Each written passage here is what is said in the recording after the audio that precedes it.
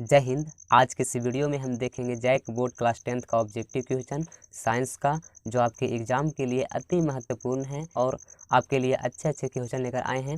Video को अंत तक देखिएगा और वीडियो अगर अच्छा लगे तो वीडियो को लाइक और चैनल का सब्सक्राइब कीजिएगा। चलिए वीडियो स्टार्ट करते हैं। तो देखिए, समान नेत्र का दूरी बिंदु क्या है? तो इसका आंसर होगा अनंत। इसमें अगर पूछता कि समान नेत्र का न्यूनतम दूरी क्या है तो इसका आंसर होता 25 सेंटीमीटर, लेकिन इसका पूछा है समान नेत्र का दूरी बिंदु क्या होगा तो इसका आंसर होगा अनंत। चलिए अगला क्वेश्चन है, प्रकाश के अपवर्तन की क्रिया में कौन सी भौतिक राशि अपरिवर्तित रहती है? तो इसका आंसर होगा आवृत्ति, ऑप्शन नंबर ए। चलिए अगला क्वेश्चन है, मानव मादा में निषेचन कहाँ होता है? तो इसका आंसर होगा फैलोपियन नली में, ऑप्शन नंबर ए। चलिए अगला क्वेश्चन है, आनुवंशिकी का जनक कहा जाता है? तो इसका आंसर होगा मेंडल, ऑप्शन नंबर ए। चलिए अगला क्वेश्चन है, प्रकृति चयन का सिद्धांत किसने दिया? तो इसका आंसर ऑप्शन नंबर 3, डार्विन। चलिए अगला क्वेश्चन, ग्लोबल वार्मिंग के लिए उत्तरदायी गैस है? तो इसका आंसर होगा option number 3, carbon dioxide, CO2। अगला क्वेश्चन, विश्व पर्यावरण दिवस कब मनाया जाता है? तो इसका आंसर होगा 5 जून। 5 जून को पर्यावरण दिवस मनाया जाता है। नर्मदा बचाओ आंदोलन का नेतृत्व किसने किया था? तो इसका आंसर होगा option number C, Medha Patkar. अगला क्वेश्चन, निम्नलिखित में कौन नवीकरणीय ऊर्जा स्रोत है? तो इसका आंसर होगा सौर ऊर्जा, ऑप्शन नंबर डी। अगला क्वेश्चन, बायोगैस का मुख्य घटक है? तो बायोगैस का मुख्य घटक क्या है? तो मीथेन, ऑप्शन नंबर डी सही। अगला क्वेश्चन, आँख के रंगीन भाग को क्या कहते हैं? तो इसका आंसर होगा ऑप्शन नंबर 2, आइरिस कहते हैं। अगला क्वेश्चन, समान नेत्र का निकट बिंदु क्या है? तो देखिए इसमें क्या है, निकट बिंदु है, तो निकट बिंदु 25 सेंटीमीटर होता है, 25 सेंटीमीटर। आंसर होगा ऑप्शन नंबर 2। चलिए अगला क्वेश्चन, प्लास्टर ऑफ पेरिस का रासायनिक सूत्र है? तो इसका आंसर होगा ऑप्शन नंबर 3, CSO4 1H2O। चलिए अगला क्वेश्चन है, उदासीन विलयन का pH मान होता है? तो इसका आंसर होगा ऑप्शन नंबर 1, 7 होता है। चलिए अगला क्वेश्चन, खट्टे फल में कौन सा अम्ल पाया जाता है? तो खट्टे फल में हम जानते हैं सिट्रिक अम्ल पाया जाता है। चलिए अगला क्वेश्चन, सीना बार किसका अयस्क है? तो इसका आंसर होगा पारा, ऑप्शन नंबर 2। अगला क्वेश्चन, कौन सा धातु कमरे के ताप पर द्रव होता है? तो इसका आंसर होगा पारा, ऑप्शन नंबर 2। अगला क्वेश्चन, खनिज से संबंधित अशुद्धियों को सामूहिक रूप से कहते हैं? तो इसका आंसर होगा गैंग कहते हैं, ऑप्शन नंबर 1 सही आंसर। चलिए अगला क्वेश्चन, ब्यूटेनॉन चर्तु कार्बन यौगिक है जिसका प्रक्रियात्मक समूह? इसका आंसर होगा ऑप्शन नंबर 3, कीटोन। चलिए अगला क्वेश्चन देखिएगा, सीसा एवं टीन के मिश्र धातु को क्या कहते हैं? तो सीसा एवं टीन के मिश्र धातु को सोल्डर कहते हैं, ऑप्शन नंबर 1। अगला क्वेश्चन, कौन सा अधातु गैसीय अवस्था में पाई जाती है?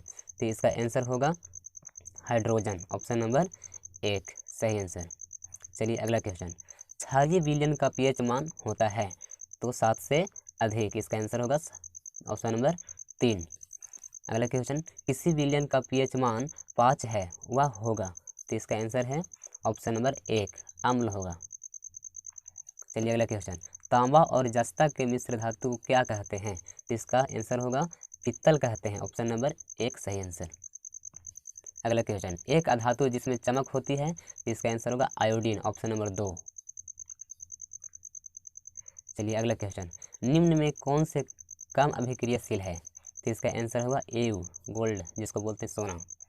चलिए अगला क्वेश्चन, देखिए यहाँ लिखा है एल्किनो लिखा है, लेकिन यहाँ एल्किन का बताना है। एल्किन का सामान्य सूत्र क्या है? तो एल्किन का सामान्य सूत्र होता है CnH2n, ऑप्शन नंबर 2 सही है।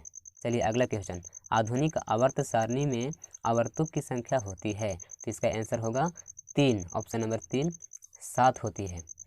अगला क्वेश्चन, प्रकाश संश्लेषण का अंतिम उत्पाद क्या है? तो इसका आंसर होगा ऑप्शन नंबर 1, ग्लूकोज। चलिए अगला क्वेश्चन, पौधे में भोजन का स्थानांतरण किसके द्वारा होता है? तो ऑप्शन नंबर बी फ्लोएम के द्वारा। अगला क्वेश्चन, मानव हृदय में कितने कोष्ठ होते हैं? तो 4 कोष्ठ होते हैं, ऑप्शन नंबर 4 सही आंसर। चलिए अगला क्वेश्चन, तापमान, वर्षा, पवन आदि पर्यावरण के क्या है? तो भौतिक कारक है, ऑप्शन नंबर 2 आंसर सही है। चलिए अगला क्वेश्चन, निम्नलिखित में से कौन सा पदार्थ जैव अनवीनीकरणीय है? तो इसका आंसर होगा अपमार्जक, ऑप्शन नंबर डी सही है। चलिए अगला क्वेश्चन, चिपको आंदोलन कब प्रारंभ किया गया था? तो चिपको आंदोलन 1970 में प्रारंभ किया गया था, ऑप्शन नंबर 1 सही है। अगला क्वेश्चन, शरीर के तापक्रम पर पिघलने वाला धातु है? तो इसका आंसर होगा ऑप्शन नंबर 4 लोहा। चलिए अगला क्वेश्चन, कार्बन का अपरूप जो विद्युत का सुचालक होता है? तो इसका आंसर होगा ग्रेफाइट, ऑप्शन नंबर 2 सही है। अगला क्वेश्चन, चाकू से काटा जा सकने वाला धातु? तो चाकू से कौन सी धातु काटा जाता है? तो यहाँ पे लिथियम, सोडियम, पोटेशियम तीनों हैं, तो इस तीनों धातु को काटा जाता है चाकू से, तो इसी में से हम आंसर लगाएं इनमें से सभी, ऑप्शन नंबर 4 सही है। चलिए अगला क्वेश्चन, अधिकतर धातु ऑक्साइड होते हैं? तो अधिकतर धातु ऑक्साइड होते हैं, तो इसका आंसर होगा ऑप्शन नंबर 2 क्षारीय। अगला क्वेश्चन, अधातु हैं? तो इसका आंसर होगा option number D carbon, silicon, गंधक तीनों अधातु है, तो इसकी इसीलिए ऑप्शन नंबर 4 सही आंसर हो जाएगा। चलिए अगला क्वेश्चन है कि सीना बार किस धातु का अयस्क है? तो सीना बार किस धातु का अयस्क है? तो Hg पारा का।